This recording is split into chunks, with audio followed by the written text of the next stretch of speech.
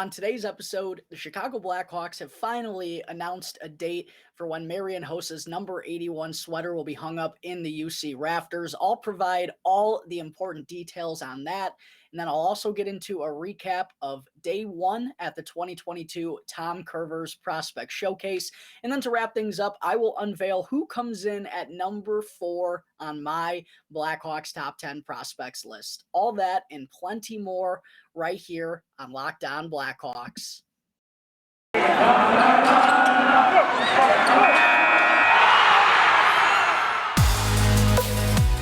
You're Locked On Blackhawks, your daily podcast on the Chicago Blackhawks. Part of the Locked On Podcast Network, your team every day.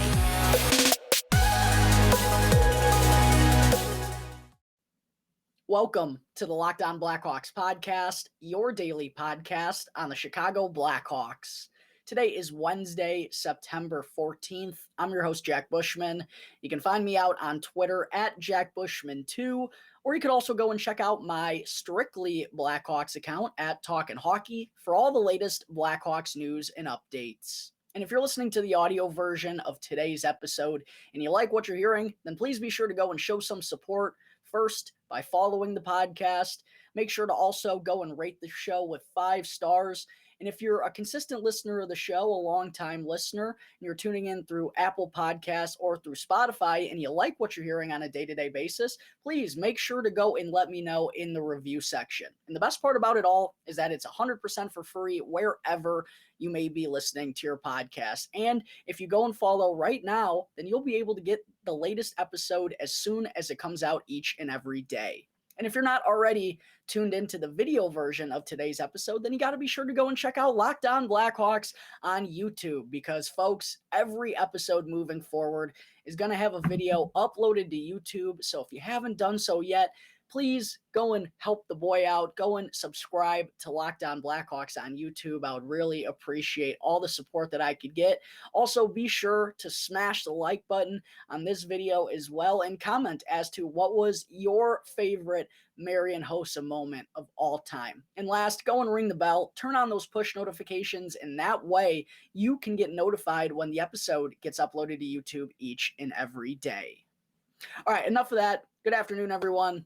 Thank you all for joining me on another episode of Locked On Blackhawks, your one-stop shop for all things Chicago Blackhawks. And thank you all for making the show your first listen here to start off your day.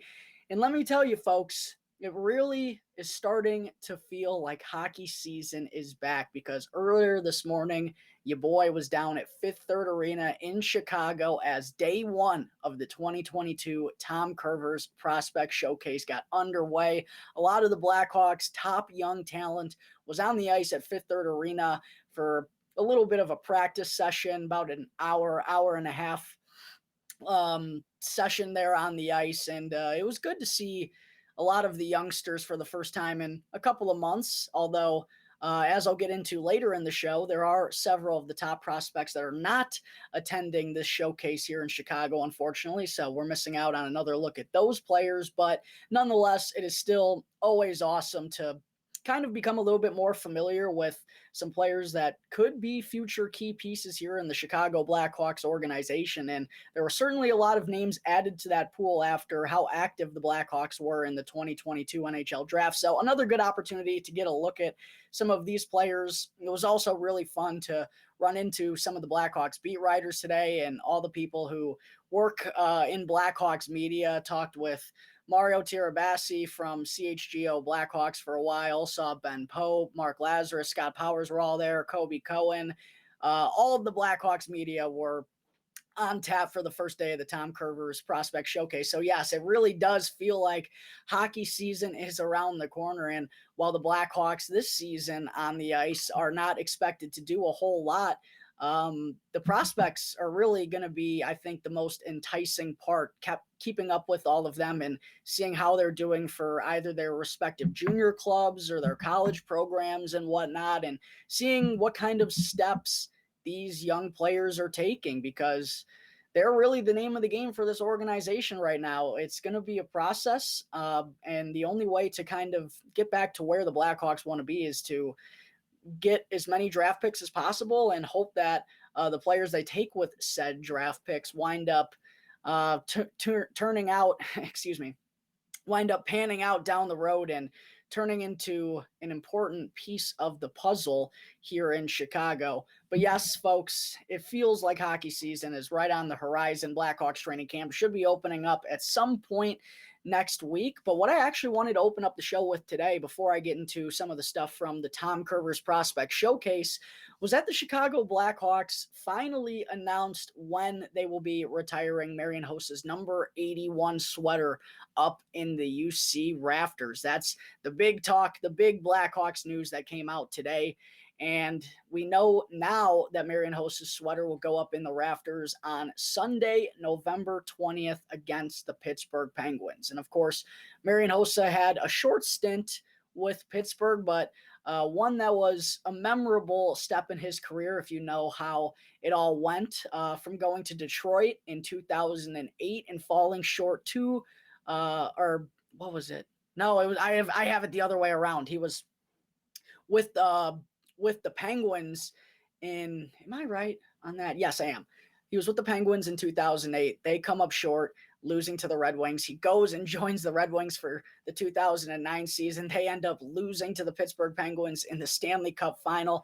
Finally, Hossa gets his Stanley Cup ring with the Blackhawks there in 2010. But even though it was just one season for Hossa in Pittsburgh, I was reading actually something that Scott Powers wrote on Twitter about his book that's coming out on Marian Hossa sometime here in the not too distant future. And he referenced how close Marian Hossa and Sidney Crosby were in just that one season together. So it's cool that Hossa gets to have his jersey retired against one of his former teams. And also, I think electing for it to come against the Pittsburgh Penguins was a very smart decision, because while Hossa also did play for the Detroit Red Wings and also the Ottawa Senators, was his longest tenure with another team, not the Chicago Blackhawks. For the Red Wings, when the Blackhawks play them, that's going to be their home opener. So that's really going to be the attention getter. And then also, whenever the Blackhawks host the Ottawa Senators, a lot of the buzz is going to be about Alex DeBrincat coming back to Chicago. So I think it was smart by the Blackhawks brass to have this ceremony come on a night where Hossa will be the center stage. They won't be talking about Alex DeBrincat returning home or, the Blackhawks season opener against the longtime rival Red Wings. I think it was really well done by the Blackhawks organization to kind of wait a little bit longer and make sure that Marian Hossa gets the proper celebration and proper attention that he deserves for all he did as a member of the Chicago Blackhawks. And while we're on the topic, folks, I thought a fun little segment before I segue into our next topic of conversation would be bringing up my top 3 Marian Hossa moments of all time. And I really thought about this. Some of my moments may not be the ones that stick out in your mind or some of the other listeners' minds. But that's why I asked in the opener. I wanted you all to let me know in the comment section below, what is your favorite, just one, not 3, what is your one favorite Marian Hossa moment of all time? But just for kicks, I'm going to give out my top 3 here real quick in no order whatsoever. Probably number 1, though, if I'm being honest, and probably going to be number 1 in a lot of folks' minds, was the Game 5 goal against the Nashville Predators in the opening round of the 2010 Stanley Cup playoffs. The Blackhawks, Marian Hossa takes a pretty poor penalty late in the game. The Blackhawks are down a goal, looking like they're on the cusp of falling behind 3-2 in that series against the Preds. Patrick Kane scores the game-tying goal while the Hawks were shorthanded. They did have their goalie pulled to make it 5-on-5, but still, Kaner was able to tie the game up with a goal in front, and then in overtime, just seconds after Marian Hossa jumped out of the penalty box, Boland skips it back to Brent Sopel. Sopel goes to T1 up. It gets deflected on the way to the net and bounces right into Marian Hossa's lap with a yawning cage for the game-winning goal. Have a feeling that's the one that's going to stick out to a lot of fans. A close second, though, I will say, to that was Marian Hossa's debut against the San Jose Sharks. If you all remember correctly, Marian Hossa didn't play right away in the 2009-2010 season due to an injury. But when he returned for the Blackhawks, I think it was in November, sometime right around Thanksgiving, but he came back against the San Jose Sharks, and that's actually when the Blackhawks had the hat trick of shorties, as Pat Foley called it in the booth. 3 shorthanded goals for the Blackhawks, and I think they all came in the first period. One of those was via a Marian Hossa breakaway. He also scored another goal in that game. And I was jazzed up enough when the Blackhawks first signed Hossa to that deal. I knew how good of a player he was with Detroit and with Pittsburgh the year before that, and early on in his career with Ottawa, and the numbers he put up with the Atlanta Thrashers as well. I was super stoked about Marian Hossa joining this team, but after that first performance against the San Jose Sharks that day, I really believed he was just a special talent and was someone who was really going to put the Blackhawks over that mountain and, kind of be the difference maker that they needed. A good veteran leader, a great player in all 3 zones, just kind of that glue piece that kind of solidified the Blackhawks, even though they really still had a young roster at that time. It solidified them as true Stanley Cup contenders. So that was definitely one of my favorite Marian Hossa moments of all time as well.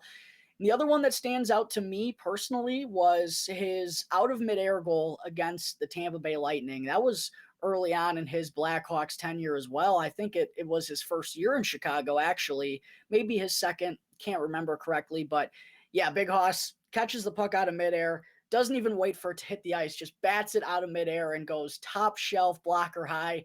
Forget who the goalie was for the Tampa Bay Lightning, but there wasn't anything he could have done. It was just an absolutely perfect play from Marian Hossa. And while, a lot of people will remember him for his tenacity on the forecheck and being an elite 200-foot player.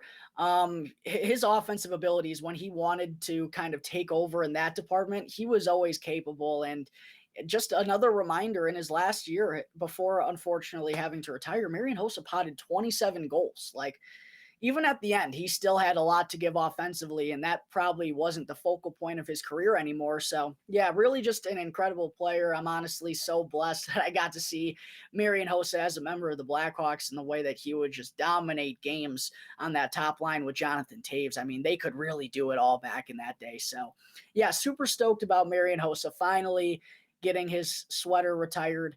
Later on in the fall when the Blackhawks take on the Pittsburgh Penguins. Again, that's Sunday, November 20th at the United Center. All right, that takes care of all the information on Marian Hossa's jersey retirement. Coming up in just a moment, I will also get into a full recap of day 1 at the 2022 Tom Kurvers Prospect Showcase. But first, I need to talk to you all about BetOnline. BetOnline.net is your number 1 source for all pro and college football betting needs and sports info this season. Find all of the latest football developments, game matchups, news, and podcasts on whatever game you want to place a wager on. BetOnline is also your continued source for all sports wagering information, including live betting, esports, and game scores. It's both the fastest and the easiest way to check in on all your favorite sports and events, including MLB, MMA, boxing, and even golf. So head on over to the website today, or you can also use your mobile device to learn more about the trends in action. Bet Online, where the game starts. All right, folks, back here on the Locked On Blackhawks podcast. Moving on into segment 2, as I already talked about for a little bit earlier on in the episode. Earlier this morning was day 1 of the 2022 Tom Kurvers Prospect Showcase that will be held between the Chicago Blackhawks and Minnesota Wild at Fifth Third Arena down in the city. The scheduling today was just a practice for both teams. The same will be said for tomorrow. And then on Friday night, 7 p.m. Central Time, the Blackhawks prospects and the Wild prospects will face off against each other in a scrimmage. Saturday will also be just another practice in the middle of the afternoon. I believe it's 12 to 2 once again, if I'm correct, maybe 10 to 12. Not 100% positive, but there will be 2 scrimmages held between the Blackhawks and Wild, one 7 p.m. Central Time on Friday, the other coming at 1 p.m. Central Time on Sunday. But I've been super excited for this prospect showcase ever since they really announced it. We got wind of it first back in May that it was going to be taking place sometime prior to training camp. And then just a few weeks ago, we got the full schedule. And just to reiterate again, folks, it's free and available to the public.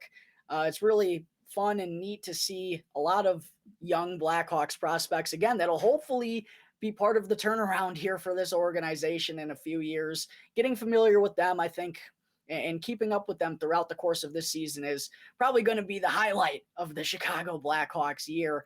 But yeah, hockey season, folks, it is right around the corner. We don't have an official date for Blackhawks training camp yet, but it already feels like the season is closing in since the Hawks are involved in the Tom Kurvers Prospect Showcase this year once again.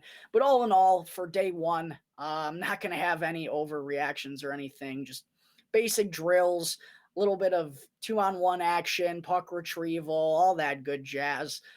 Just one day.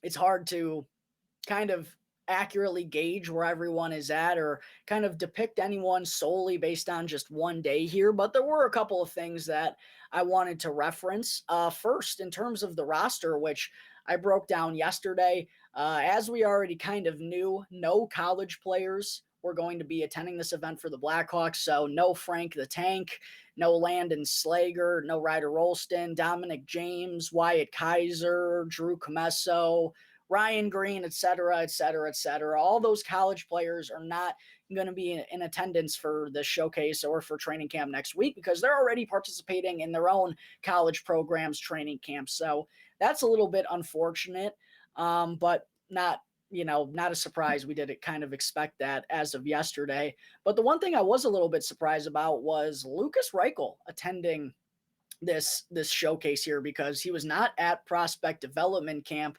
a month ago or whenever that took place. And I really figured that if you weren't at prospect development camp, you probably weren't going to be taking part in the showcase. But I guess for whatever reason, they decided to bring Lukas Reichel around. Alex Vlasic is also taking part as well. He was at development camp and was kind of clearly the superior player there, in my opinion, and just more physically mature and a little bit further along in the development process than a lot of other guys were. Kind of felt the same thing about Vlasic today. He was just making swifter decisions and had a little bit more patience with the puck on his stick. I'm really excited for the year that Alex Vlasic is going to have, folks. But I was a little surprised to see, that if you're going to have Vlasic there, why not have Alec Regula? Like, I don't know. It was just a little bit weird who the Blackhawks decided to pick and choose. Also, Arvid Soderblom isn't there. I don't know if he's already in North America from his offseason or if he's back in Sweden, but no Arvid Soderblom, no Alec Regula, no Ian Mitchell.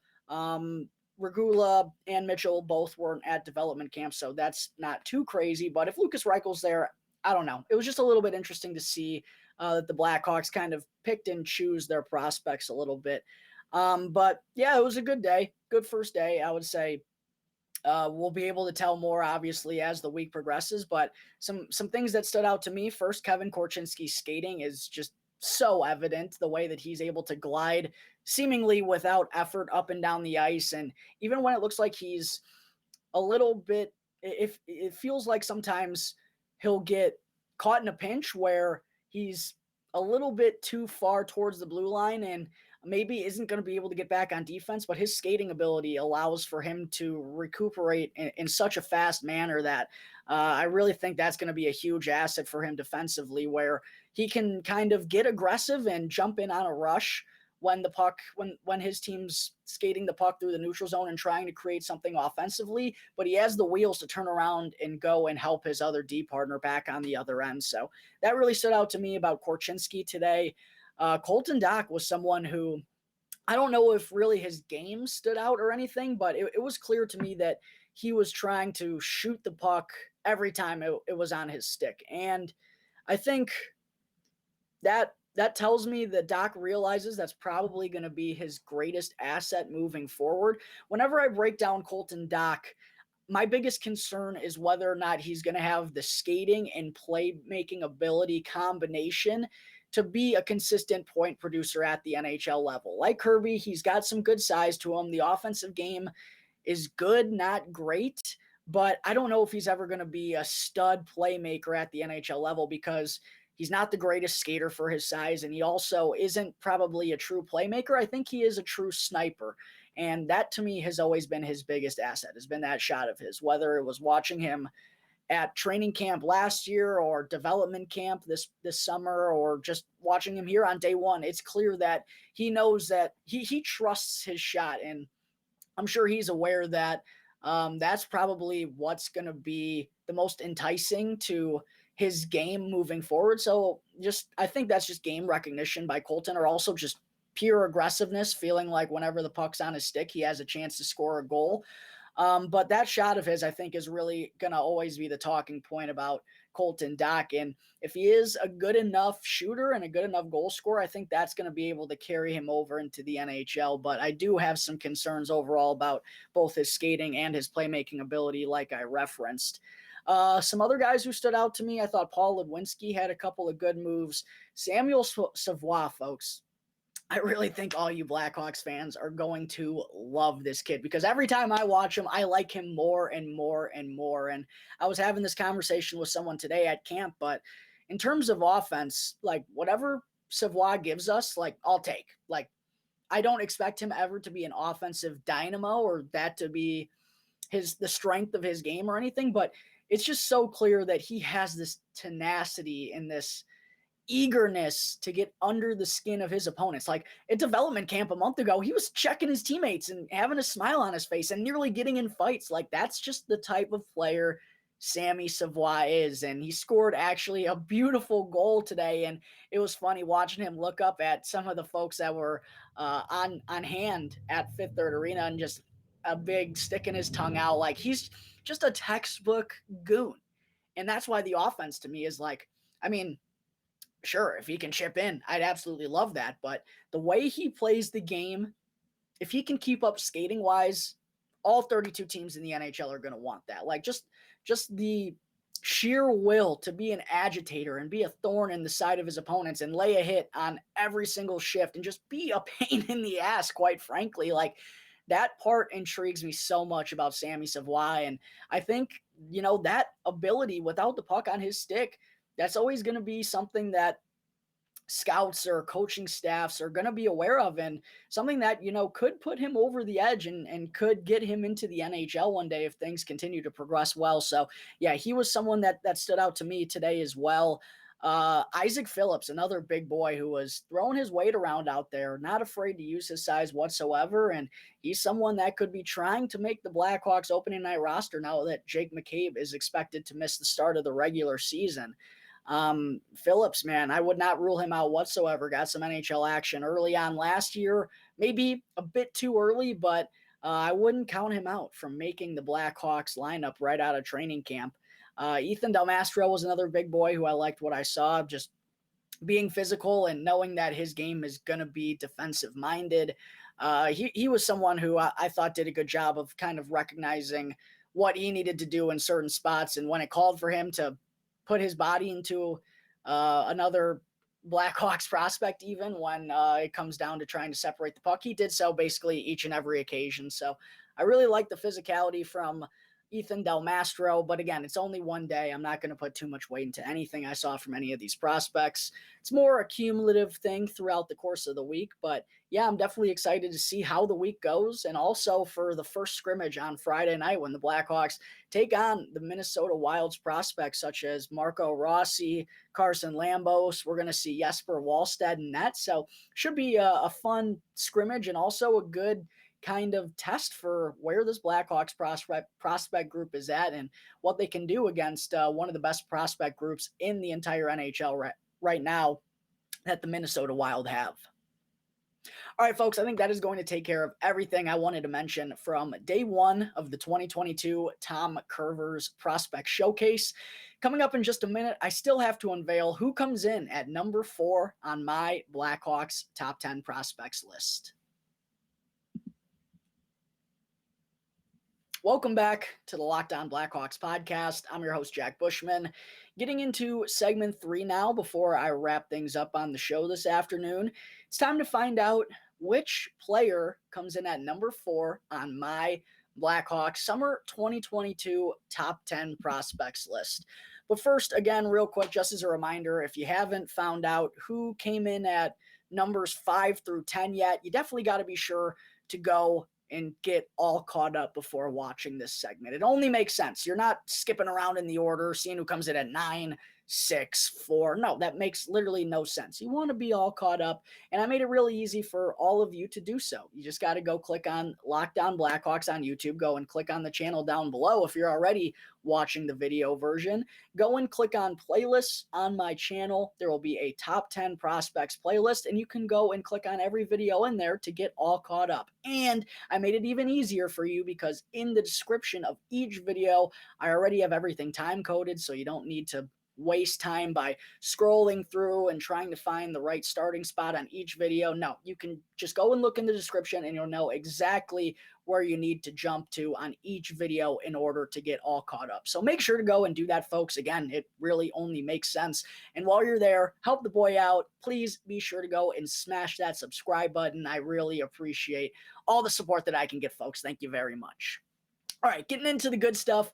Coming in now at number 4 on my Blackhawks Summer 2022 Top 10 Prospects list is none other than 23-year-old defenseman Ian Mitchell, who was a second-round pick for the Blackhawks way back in the 2017 NHL draft and has kind of been hanging around, I would say, the top of most folks' prospects list the past handful of seasons, and everyone's just kind of been waiting for Ian Mitchell to step on the scene and be the difference maker we all thought he was going to be when the Blackhawks first drafted him and throughout his time with the Denver Pioneers. A lot of people were really on the Ian Mitchell hype train, and in fact, I remember some folks had him above Lucas Reichel in the Blackhawks prospect rankings. I remember people back in the day had him over Kirby Dach. That's how excited folks were about Ian Mitchell. And of course, once he left the University of Denver, he stepped onto the scene immediately at the NHL level, which former GM Stan Bowman loved to do with a lot of the Blackhawks' top prospects, and wound up playing in 39 NHL games for the Blackhawks back in the COVID-shortened 2021 season. And looking back on that, it was just a flat-out mistake. Like, Ian Mitchell was not ready to play NHL hockey immediately out of college, especially at his size and with the defensive side of things not really being the strength of his game. It was just a foolish decision all in all to bring Ian Mitchell right up to the NHL level. And yeah, looking back on it, was definitely not the right move whatsoever. And it was nice to see the Blackhawks, even before Jeremy Colleton got fired, and even before Kyle Davidson was at the helm, Ian Mitchell, it was pretty clear that he was going to play a majority of this year down with the Rockford Ice Hogs. And that's what should have happened in the first place. There was just no need to rush him along onto the scene. But, you know, that's kind of what Stan Bowman did with a lot of the Blackhawks' so-called top prospects at that point. It was a common theme for a lot of guys. So that's, you know, what kind of led to the Blackhawks being in the position they find themselves in right now. But anyways, Ian Mitchell responded with a really strong year last year with the Rockford Ice Hogs. He still did appear in 8 NHL games for the Blackhawks, but it was clear, especially when Kyle Davidson came in, that, whoa. Let's hold our horses here. There's no rush. We're thinking long-term with everything. And it's very refreshing. And I'm sure for Ian Mitchell, it probably felt like there was some weight off his shoulders when he heard that, because the buzz surrounding this kid coming out of college was that, oh, he's going to be ready to step into a top 4 role immediately, go on the power play, be a good puck mover, make a difference as a 21-year-old right out of college. And that just didn't happen. And I'm sure Mitchell probably felt like he was a bit disappointing too, that he wasn't kind of living up to the expectations and that his first year wasn't as successful as it was. And, you know, he probably was down in Rockford trying to do everything in order to get back up to the NHL as fast as possible. But now that there's this patient approach in play, I really think it does benefit a guy like Mitchell, knowing that, hey, I just got to keep doing the right things, keep rounding out my game, get better and better and better with each night, and then eventually things will come. I'm going to get my opportunity once again if I continue to just put my head down and work and try to get better and better and better. And that's really what we saw out of him with the Rockford Ice Hogs this season. Mitchell wound up playing in 57 games at the AHL level. The majority of that came in a top pairing role, which I think was great experience for him, playing in all facets of the game, power play, penalty kill. kind of understanding the concepts and what needs to be done in order to have success at the professional level in those situations. I really think that was the smartest thing the Blackhawks could have done with Ian Mitchell. And he responded really well offensively and defensively. In terms of offensive numbers, though, in 57 games, Mitchell racked up 35 points with 11 goals and 24 assists. So the goal scoring was something that really took a tick up this year. I know we don't have anything to compare that on, but even going back to his days in Denver, he wasn't the most elite goal scorer or anything. So to see him pot 11 goals in 57 games for the Ice Hogs this year tells you what this kid can do offensively and that he's definitely put in some work on his shot. And then defensively, too, we played a lot of the year up with Isaac Phillips. They were kind of the top pairing for the most of the season for Rockford, and Mitchell was sturdy, man. And I just think the biggest thing for Ian Mitchell and for Blackhawks fans when talking about him is you have to realize that defensemen mature differently. Each and every one, honestly. Some take a lot longer than others. Some are ready to step into the NHL right away, but they're all different. And I think for Ian Mitchell, being a smaller defenseman, and again, something I already talked about with defense not really being the strength of his game, not saying that it was a glaring weakness or anything, but he was more so known as being a good puck mover, good skater, good transition guy, could run a power play, had some offensive potential. I think it was just a leap that never should have happened. He never should have gone to the NHL right away, and he just wasn't ready based on the skill set that he had. Now, someone who was like Alex Vlasic per se, he's 6'6". He has a bigger frame right away, and kind of that size I think can help you out in the defensive zone and can help you get away with some of the mistakes a little bit more, especially when you're coming up as a defensive defenseman. Ian Mitchell wasn't in that situation. He was a smaller defenseman. Defense wasn't his strength, and he was asked to kind of sink or swim in the NHL right away. And because he didn't swim immediately, I don't want Blackhawks fans to kind of rule him out, because some defensemen, they just take a little bit longer. And look, even if Ian Mitchell has to play another basically full season down with the Ice Hogs, I don't think that's worst case scenario, because the Blackhawks, they have some time to kill here. They can afford to be patient and make sure they get things right. So while Ian Mitchell has failed to, kind of solidify himself as an NHL talent thus far in his career, that doesn't hinder my opinion on him whatsoever, because honestly, what he was able to do in Rockford this year, and I know people would have liked him to be up with the Blackhawks, but what he was able to accomplish with Rockford as a top pairing defenseman all year long, it really gave me hope that Ian Mitchell is going to be able to figure it out. Now, I will admit this is probably a make or break season for him. I'm just going to say it. But even if he does spend a lot of time down in Rockford, if he's having success there, then I think there is still hope that he's going to be part of the decor for the Blackhawks moving forward. So yeah, just my thing with Mitchell is he is a little bit older and the time is ticking, but I still believe he has it in him. I believe Ian Mitchell has the game that can translate well if he's able to become sturdier in his own zone. If he can tighten up the hatchet and not have any worries defensively, I think he is a good enough skater. He's going to figure out how things work in the offensive zone as he gains more and more experience. We already saw it last year with the Ice Hogs.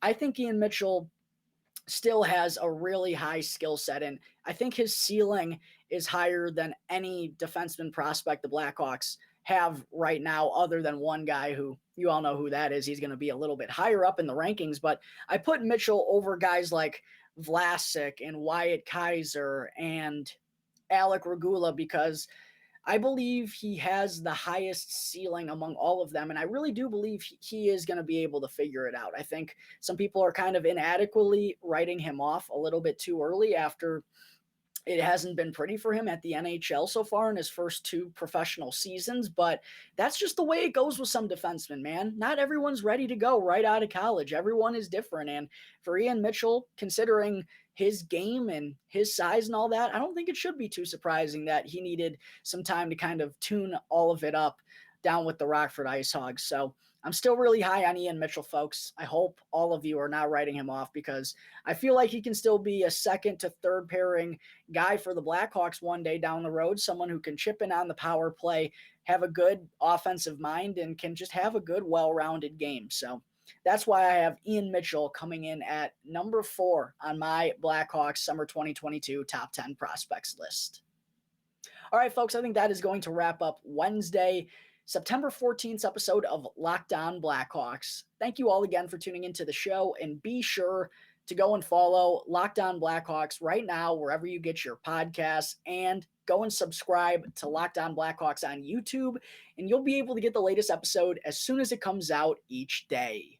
And after the show, be sure to go and check out the Locked On NHL podcast for all the latest news and updates throughout the NHL offseason. The start of the year is not far away, folks, so make sure to get all caught up on everything that's gone down across the NHL on Locked On NHL, wherever you get your podcasts. Once again, thank you all for tuning into today's episode.